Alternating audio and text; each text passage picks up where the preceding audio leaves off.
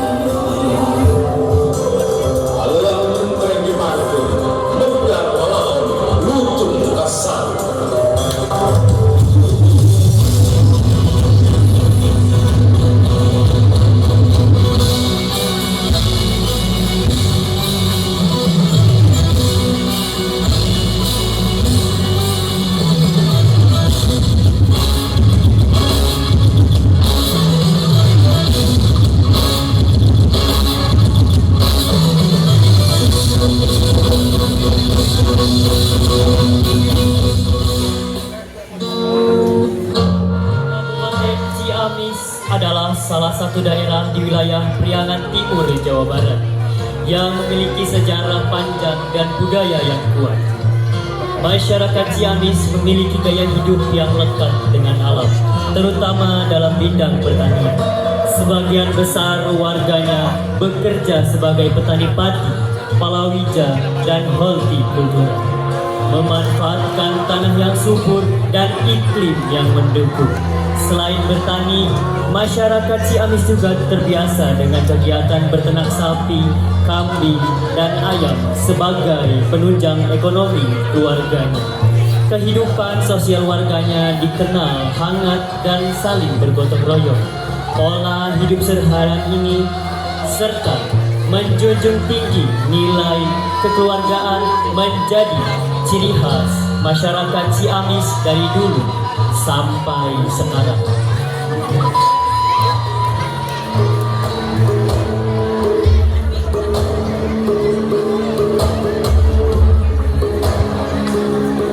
Alkisah, ada sebuah kerajaan di Pulau Jawa. Kerajaan itu dipimpin oleh seorang raja yang bernama Prabu Tapa Agung yang mempunyai dua orang putri yang bernama Purbararang dan Purbasari. Pada suatu hari, karena Prabu Tapa Agung sudah tua, ia menunjuk Purbasari, putri bungsunya, sebagai penggantinya. Putri-putriku, kemarilah.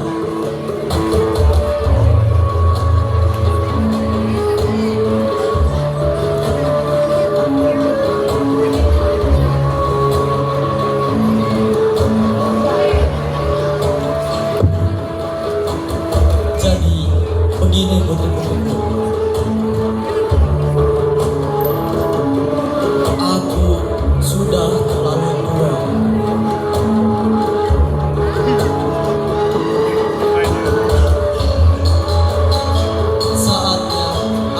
turun tahta.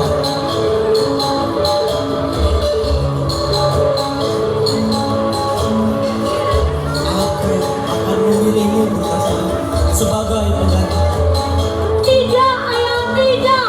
Aku adalah putri sulung. Harusnya ayahnya memilihku.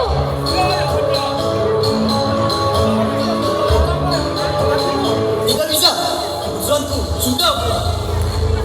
Kemarahan yang sudah memuncak membuat Purbararang mempunyai niat mencelakai adiknya.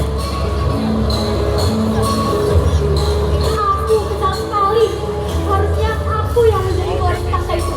Kenapa Purbasari? Aku harus menyingkirkan Purbasari. Tapi bagaimana ya caranya?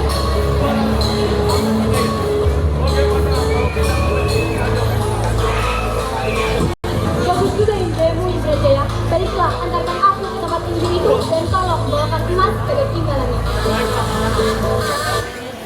Kemudian mereka meminta seorang penyihir untuk menyihir Purbasari.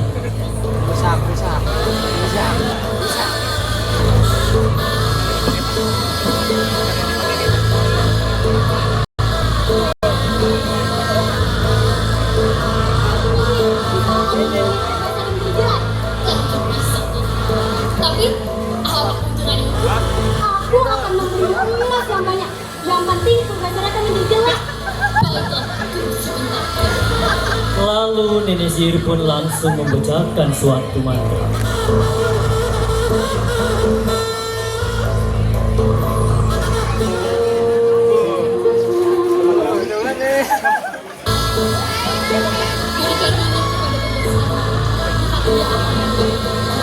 Baiklah, terima kasih penyihir.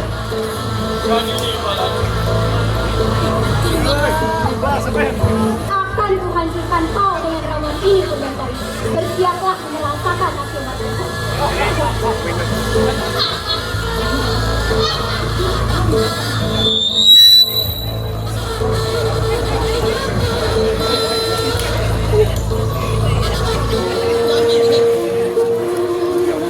Keesokan paginya, Purbararang datang menemui Purbasari untuk memberikan ramuan yang sudah diberi mantra oleh penyihir.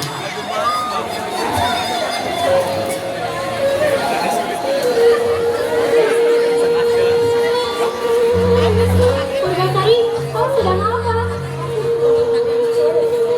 Aku bawakan minuman yang sangat enak yang buat khusus untukmu.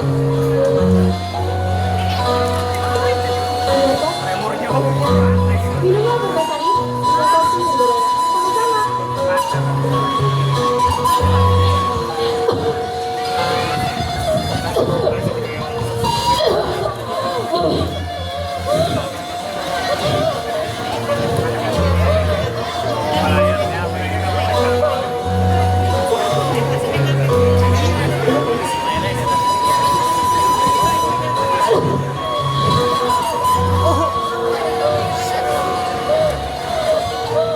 Tiba-tiba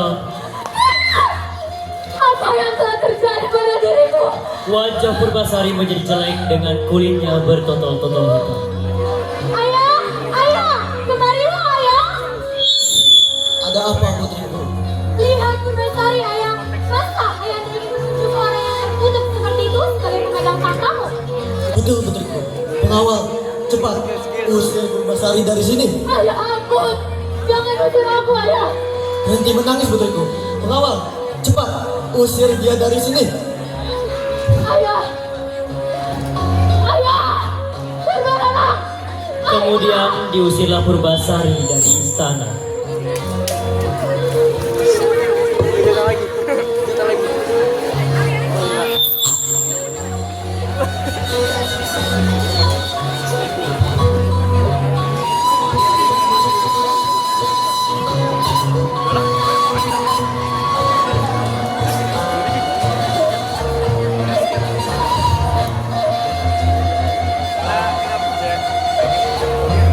Lalu sang pengawal pun membawa Purbasari ke dalam hutan.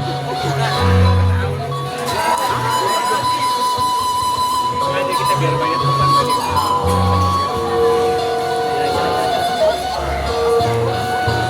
foto siapa? Yang foto siapa? Loh, ini kabur. Maafkan kami Tuan Putri. Baiklah, sebagai permohonan maaf kami akan membuatkan gubuk untuk Tuan Putri. Kemudian pengawal itu segera membuatkan sebuah gubuk untuk Purbasari.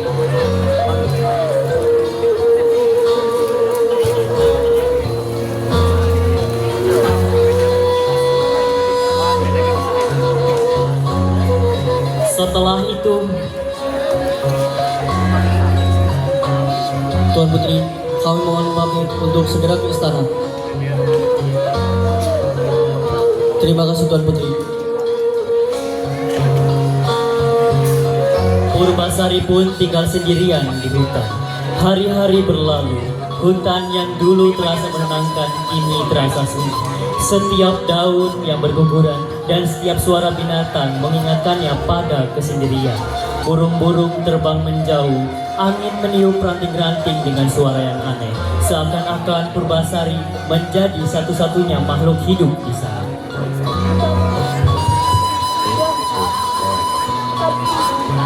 Terasa panjang sekali. Tuhan, jika kau dengar, tolong berilah aku seorang teman, setidaknya untuk menemani kesendirianku.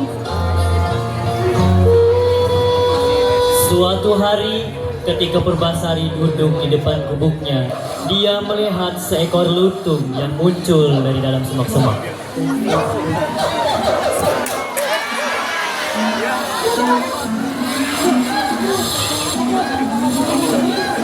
Bagaimana kamu bisa bicara seperti manusia? Wow, kau hebat gitu. Tapi aku takut berteman dengan lutung.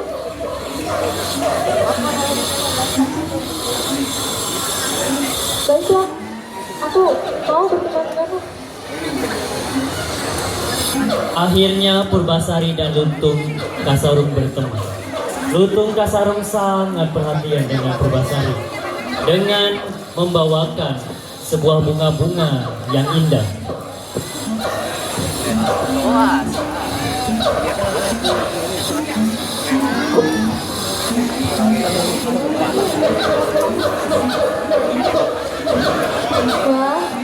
terima kasih Lutung.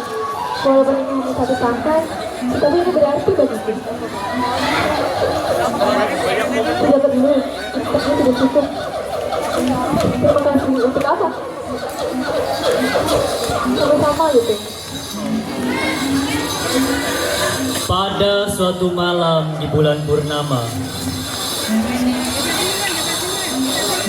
Lutung Kasarung pergi ke tempat yang sepi untuk melakukan semedi.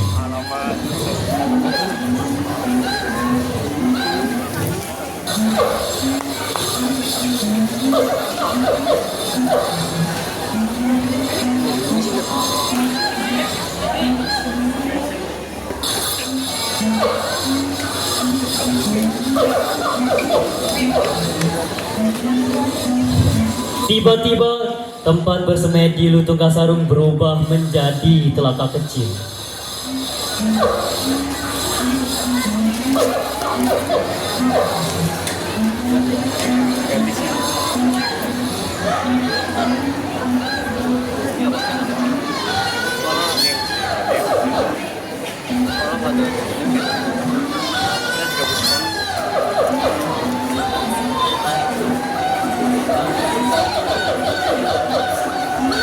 Keesokan harinya, Lutung Kasarung mengajak Purbasari untuk pergi ke telaga kecil itu.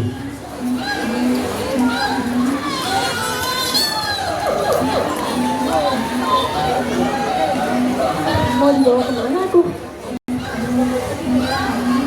Baiklah, aku ikut denganmu.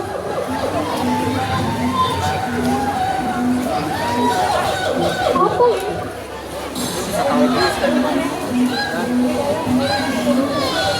Baiklah Lutung.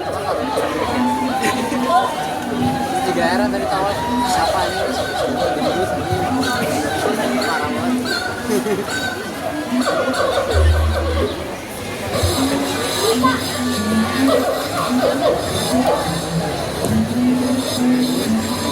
Lutung, lihatlah, kulitku kembali seperti semula. Terima kasih ya.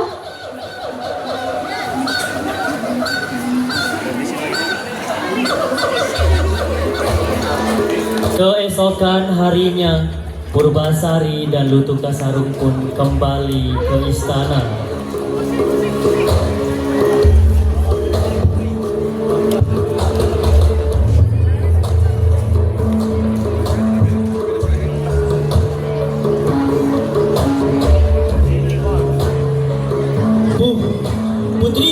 Putri Purbasari telah kembali.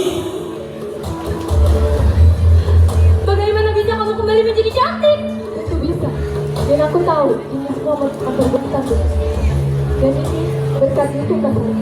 Kalau tidak ada itu, mungkin aku selamanya tinggal di hutan. Dan aku tidak pernah tahu bahwa ini adalah perbuatan buruk maupun berlarang.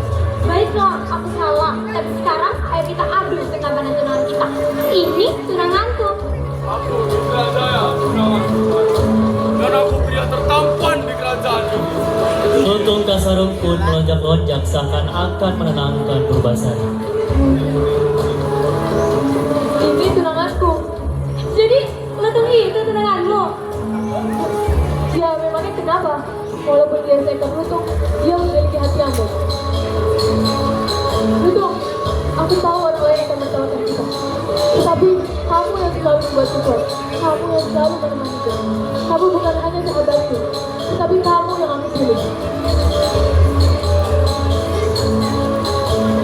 Lutung Kasarung pun bersemedi. Tiba-tiba terjadi sebuah keajaiban. Lutung Kasarung berubah menjadi pemuda yang tampan. Lutung, kamu ternyata seorang pangeran tadi.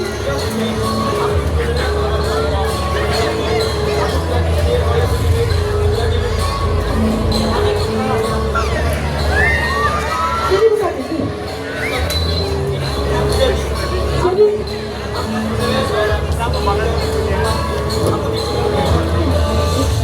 Jadi sampai kita benar-benar menemukan segalanya. Tidak mungkin.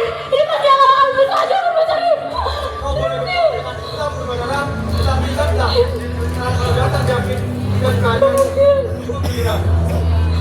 Kakakku berdarah. Mungkin aku pernah terluka karena terjatuh. Tapi aku yakin kebaikan selalu menemukan kita di jalan. Baiklah, aku akan mengakui kesalahanku. Aku juga akan meminta maaf karena telah jahat kepadamu, Purbasari. Aku telah memaafkan kalian berdua. Baiklah, terima kasih, Purbasari. Apa?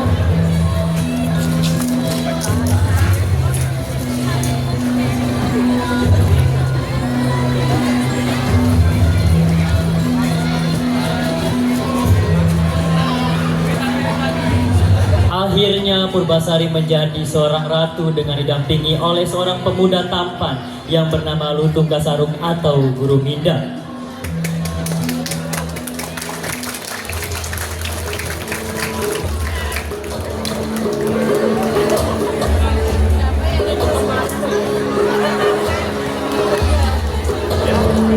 Demikianlah penampilan teater berjudul Lutung Kasarung dari kelas 11-2.